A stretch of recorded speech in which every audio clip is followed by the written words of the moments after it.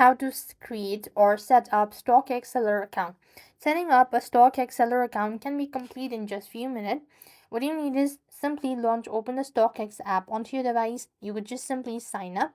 And here, what you need is just go to the account section, and there you have a selling, right?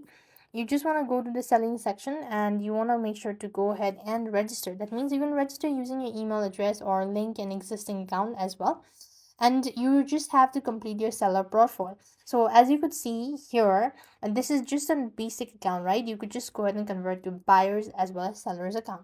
So now the next thing is that you just have to make sure to go ahead and tap on selling, and it's just gonna go ahead and have to provide in some of the details, just confirm it, and that is how you're supposed to complete your seller's profile.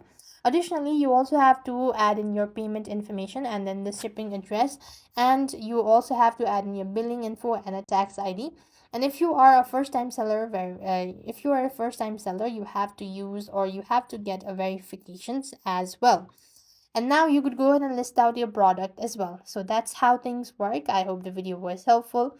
Make sure to like, share, and subscribe. Thank you for watching. See you in the next video.